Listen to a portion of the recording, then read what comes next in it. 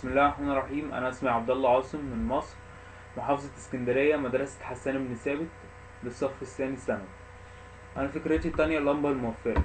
لما بتبوظ اللمبة الموفرة عملت عليها احصائية، لقيت اللي هي مش كلها بتبوظ، لان اللمبة الموفرة دي عبارة عن جزئين: جزء اللي هو التنجستين اللي بينور، وجزء المحول اللي بيحول لنا من 220 لايا كان اللمبة 28 فولت وبتختلف. فانا الاحصائيه بتاعتي لقيت إن المحول غالبا بيبقى شغال واللمبه التنجستين هي اللي بتبوظ.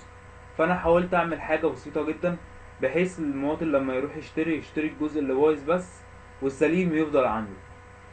فانا عملت الكلام ده من خلال اللي انا في اول حاجه عملتها: فصلت اللمبه لنصين، خليت المحول لوحده واللمبه لوحدها. الجزء اللي بيبوظ حضرتك بتروح تشتريه. حضرتك هتعرف الجزء اللي باظ من خلال اللي انا عملت لمبه تيست في المحول. المحول اول لما بيشتغل اللمبه دي بتنور معاك، او لما اللمبه بتنورش، اللمبه التيست اللي انا حطيتها بالتاكيد المحول كده يبقى باظ. واللمبه لما بتنور بتبقى هي اللي شغاله، ونفس الحكايه العكس.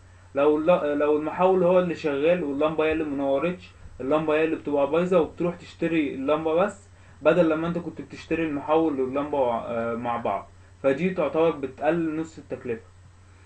فالفكرة محتاجة ان انا اتعاقد مع شركة اللي هي تنتج لي الجزئين لوحدهم، ومحتاجة دعم برضو من الدولة، بحيث ان الدولة تدعم الشركة اللي هي تقدر تنفذ الفكرة دي، لانها توفر كتير على المواطن. بدل لما هو كان بيشتري اللمبة ب6 جنيه، هو دلوقتي ممكن يشتريها ب3 جنيه، ب3 جنيه ونص. فانا يعني عملت اللمبة ونفعت، وهجربها دلوقتي قدامكم.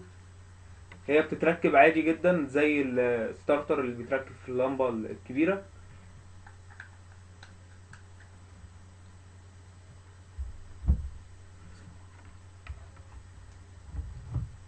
هي اللمبة كده شغالة بعد ما فصلتها وركبتها تاني عادي خالص، مفيش اي مشاكل. فهي الفكرة كلها محتاجة ان انا اتعاقد مع الشركة، والشركة تبدأ تنتج الجزئين لوحدهم، بحيث المواطن يروح يشتري كل جزء لوحده.